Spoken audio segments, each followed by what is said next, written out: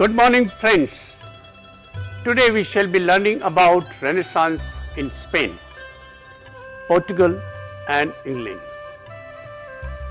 This is the module 14th of the paper 2nd.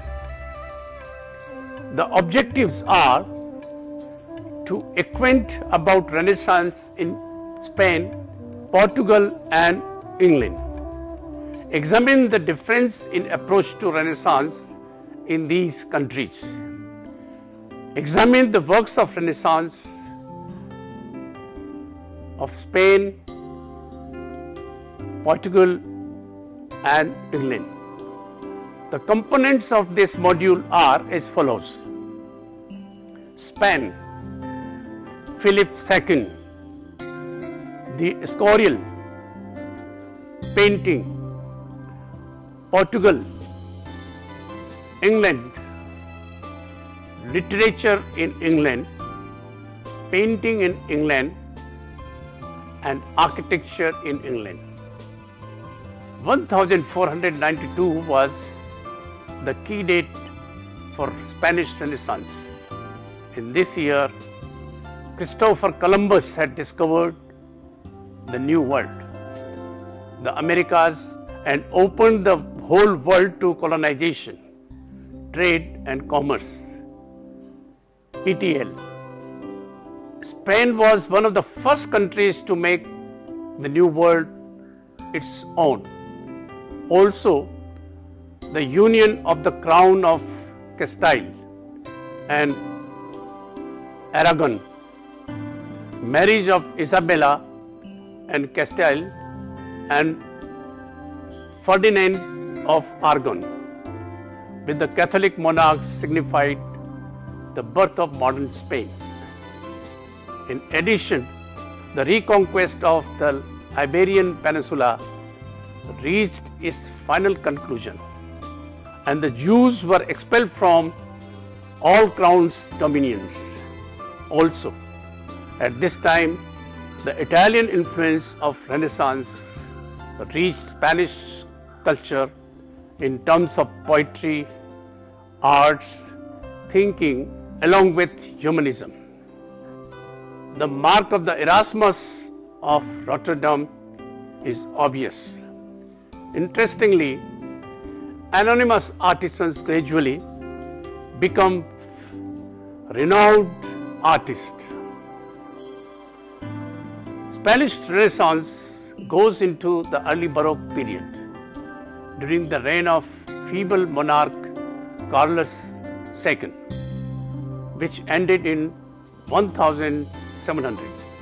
While the Renaissance happened very late in Spain, it nevertheless was extraordinarily fertile. Apparently, Imperial Spain was the birthplace of several important literary and artistic movements and genres, including the first modern novel, Philip II. During the reign of Philip II, the son of Isabella and Ferdinand, Spain reached its pinnacle of power. He was the ruler of Spain, the Netherlands and the Americas, as well as ruler of Milan, Burgundy and Naples. The phrase, "the sun never sets on the empire," was coined to reflect his dominion. His navy, the famous Spanish Armada, stopped Islam from entering into Mediterranean and secured control of most American territories. However, he could not control the revolt of the northern provinces of Netherlands and the English, who finished his navy in 1588. The bid to punish England for its support of Dutch Protestants fighting against Spanish rule and for stealing Spanish possessions in Mexico and South America came badly unstuck. Although they lost, its prestige had been seriously damaged and its naval supremacy lost. he managed to get Spain and Portugal and the Iberian Peninsula by claiming Portugal in 1580, and it remained part of Spain until 1640. He was also a connoisseur of the arts. He supported artists in Spain, Italy and Netherlands for more than 50 years. As he ushered in the golden age of Spain, he also commenced settlement in Philippines, which were named after him, and established the first trans-Pacific trade route between America and Asia. Escorial. The Escorial was built by Philip II as a great monastery palace complex outside Madrid, partly to comply with his father's direction to construct a pantheon in which all Spanish kings might be buried, and partly to house his court and government. He called Juan Bautista di Toledo from Italy, Michelangelo's supervisor, to work at St. Peter's. The building is a reflection of Bramante's principles, but had many inputs from the king himself. The building's grandeur comes from its overwhelming size, fine proportions, and excellent masonry. Built according to a gridiron plan, the Escorial houses the royal residence, royal monastery of San Lorenzo, a school, a library, and a church, a crypt serving as the royal burial chamber. Painting. Because Spain and Flanders were close to each other economically and politically from the mid-15th century onwards, the early Renaissance in Spain was heavily influenced by Netherlandish painting, creating a Hispano-Flemish school of painters. Leading exponents including Fernando Galloco, Bartolome Bermejo, Pedro Berget, and Juan de Flanders. It is important to remember that Renaissance and Mannerism are difficult to categorize in Spain due to many factors: Italian influences, Flemish painters, regional variations, etc. Valencia was biggest center for Italian influence reaching Spain, as artworks got imported and artists traveled to learn. Fernando Yanez de la Olmodina and Fernando Llanos used features such as delicate, melancholic expressions and sfumato in their paintings. Renaissance and Mannerist ideals were modified now in Spain to suit the religious needs. Therefore, very few classical subjects or female nudes were depicted, and the works frequently exhibited a sense of pious devotion and religious intensity, attributes that would remain dominant in much art of Counter-Reformation Spain throughout the 17th century and beyond. Important Mannerist artists include Vicente Masip, 1475-1550, and his son Juan de Juinas, 1510 and 1579. The painter and architect Pedro Machuca, 1490 to 1550, and Juan Correa de Vivar, 1510 to 1566. However, Most popular Spanish painter of the early 17th century was Luis de Morales, 1510 to 1586, called by his contemporaries the Divine because of the religious intensity of his paintings. From Renaissance, he also frequently used sfumato modelings and simple compositions, combined them with Flemish style precision of details. His subjects included many devotional images, including Virgin and Child.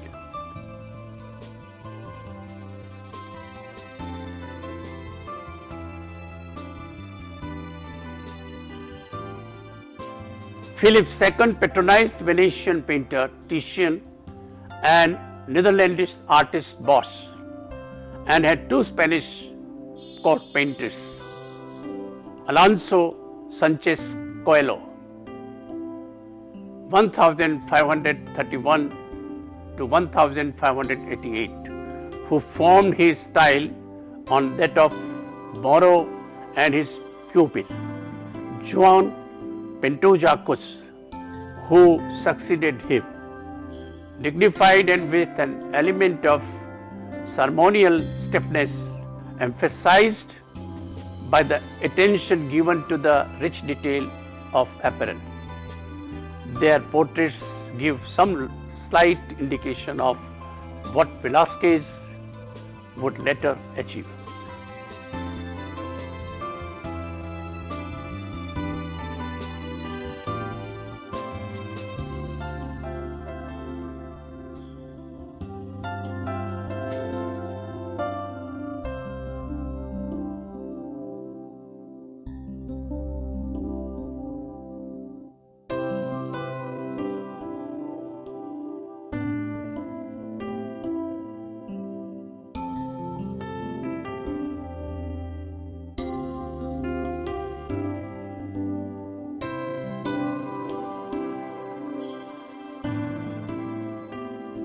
The 16th century in Spain saw a great battle of religious beliefs.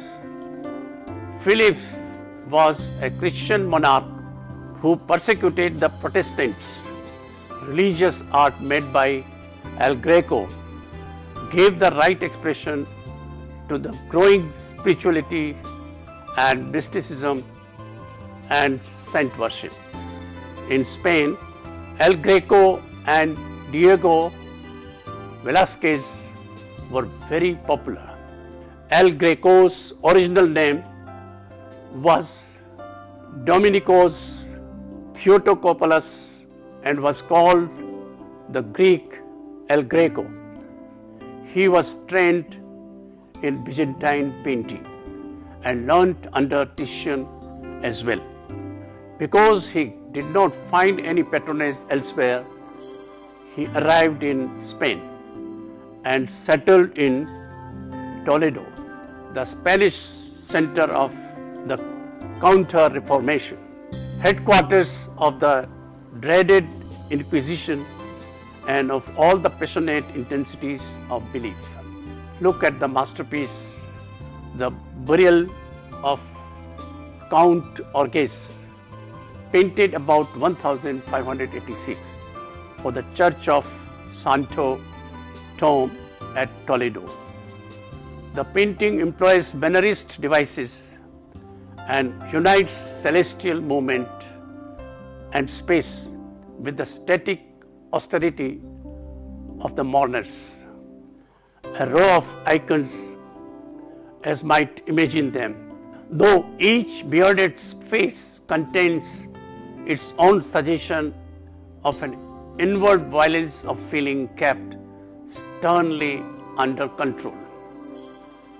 The entire frame is filled with figures, removing any differences to space.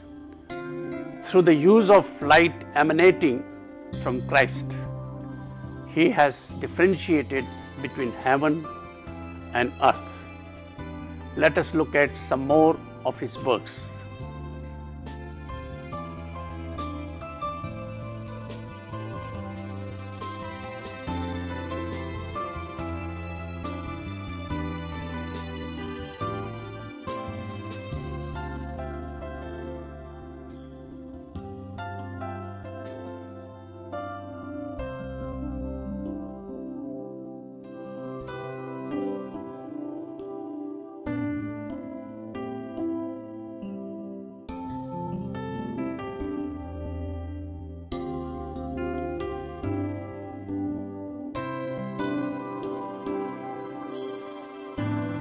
Now, let us look at Diego Velázquez and his works.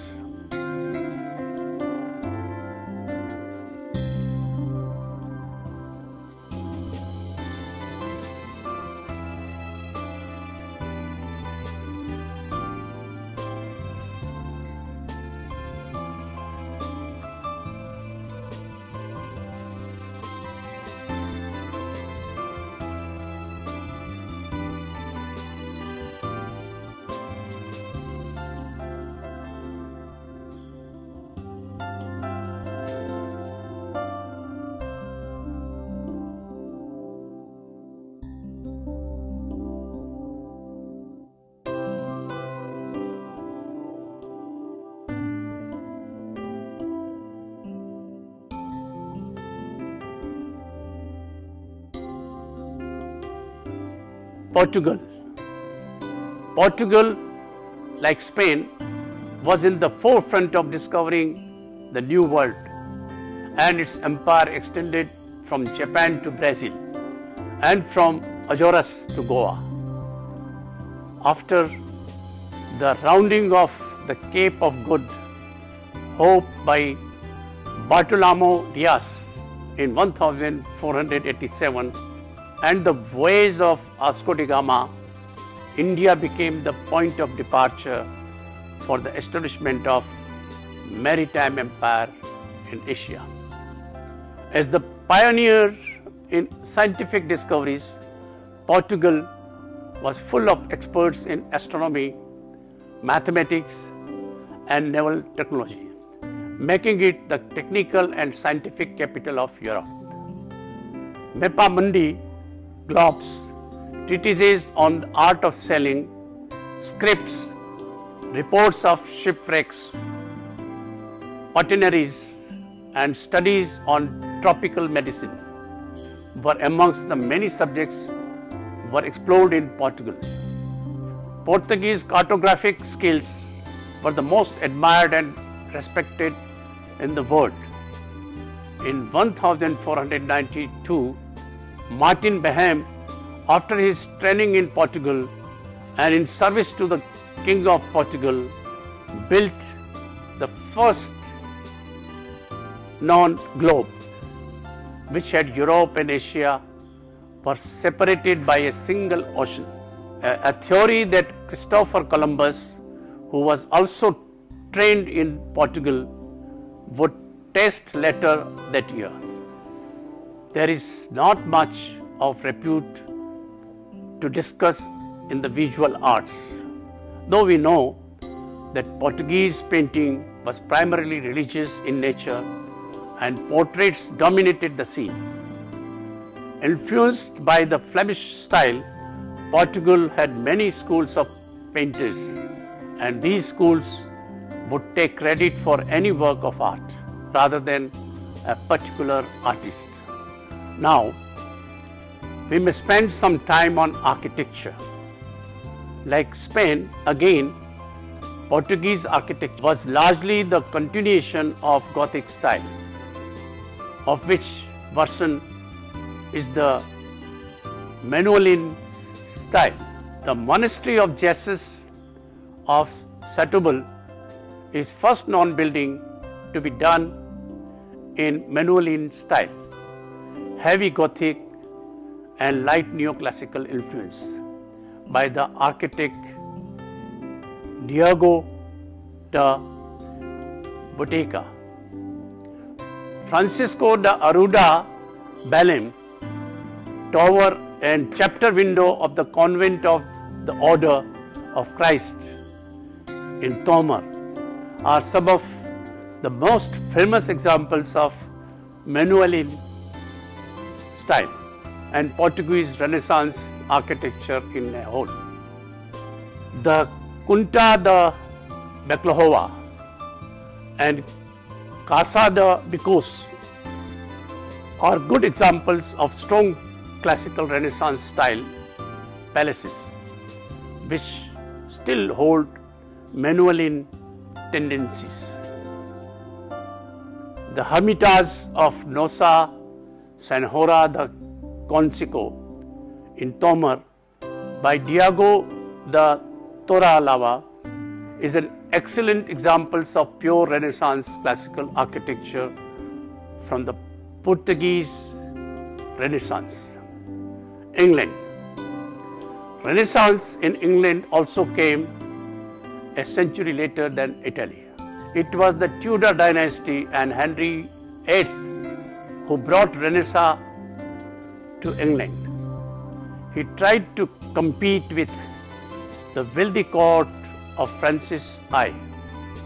What happened was that music, literature and architecture flourished during this time, but painting was not of much consequence. In the beginning of his career, he was loyal to the Pope, but when he refused to annul his marriage to Catherine of Aragon, Henry broke with Rome. England has remained a Protestant country since then. Of course, Mary had returned to Catholicism, but accession of Elizabeth in 1558 confirmed England as a Protestant country. But it was only during the Elizabeth times that English Renaissance was in its full form. Elizabeth was such a powerful ruler that her age from the last decades of 16th century is called the Elizabethan age. Literature in England. By this time, Edmund Spenser's The Faerie Queene had a greater impact of English vernacular literature. The printing press had already done its magic. The theatre scene in England was most profound. Names such as Christopher Marlowe, Shakespeare and Ben Jonson belong to this age. Typically, the works of these playwrights and poets circulated in manuscript form for some time before they were published. And above all, the plays of English Renaissance theatre were the outstanding legacy of the period. The English theatres always had full shows, and a wide range of public would see all shows in London. Philosophers and intellectuals included Thomas More and Francis Bacon. All the 16th century Tudor monarchs were highly educated, as was much of the nobility, and Italian literature had a considerable following, providing the sources of many of Shakespeare's plays. English thought advanced towards modern science with the Baconian methods and a forerunner of the scientific methods. Painting in England. English Renaissance in painting had very slow progress. The painters at the court were foreign origin, since the Tudors had long favored Netherlandish and German artists. It is hardly surprising that it was German painter Hans Holbein the Younger who shaped the taste of the English court and upper classes. As the court painter, he created a series of portraits of nobles and diplomats.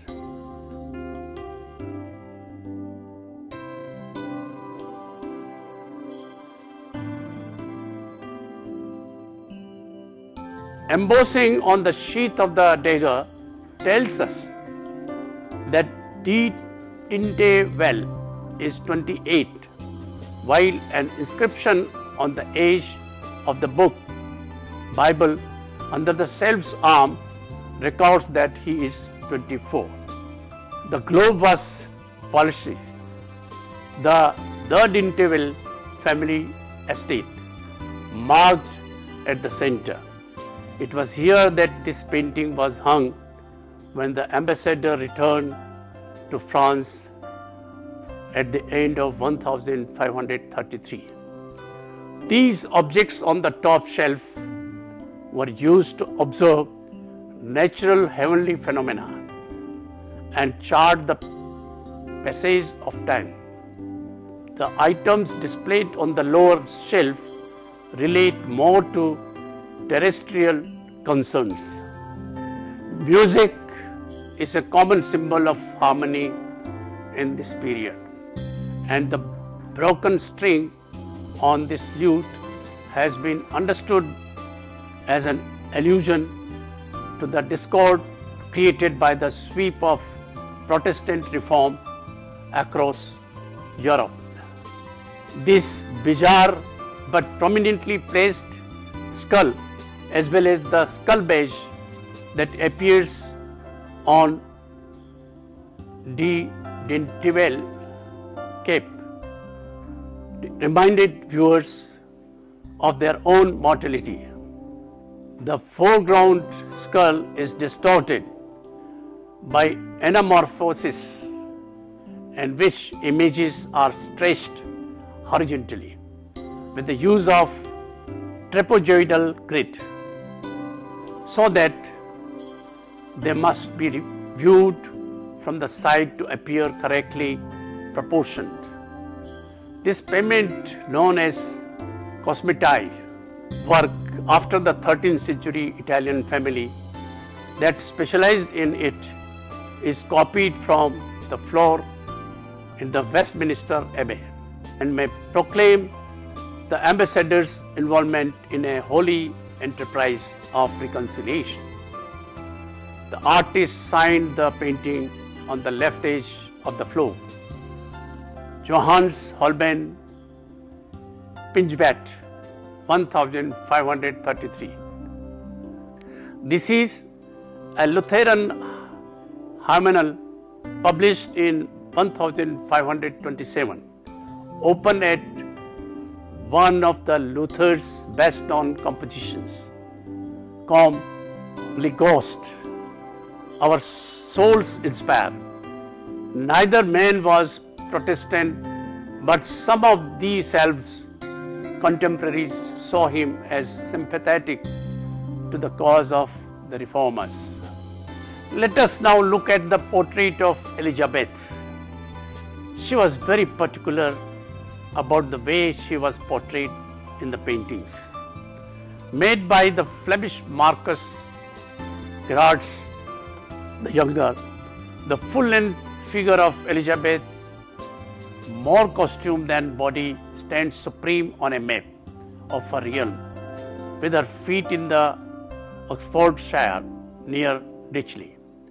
The stark whiteness of her elaborate dress and the pale abstraction of her severe face assert the virginal purity that she cultivated as a part of her image. A storm passes out of the picture on the right, while the sun breaks through on the left. It is as if the Queen is in control not only of England but of nature itself. The biggest English contribution was the portrait miniature, which essentially took the techniques of the dying art of the illuminated manuscript and transferred them to small portraits worn in lockets. Though the form was developed in England by foreign artists, mostly Flemish like Lucas Hornbouts, by the late 16th century natives such as Nicholas Hilliard and Isaac Oliver, produced the finest work even as the best producers of larger portraits in oil were still foreigners. The portrait miniature had spread all over Europe by the 18th century. Architecture in England. As Henry and his successors granted titles to rich landowners, they took on extensive building projects, constructing lavish country residences, which sometimes surpassed the Flemish chateau in size and grandeur. The first architectural manual in English published in 1563 was written by John Shute, one of the few builders who had spent time in Italy. Most influential were the treatises on architectural design by the Italian architect Sebastiano Serralio.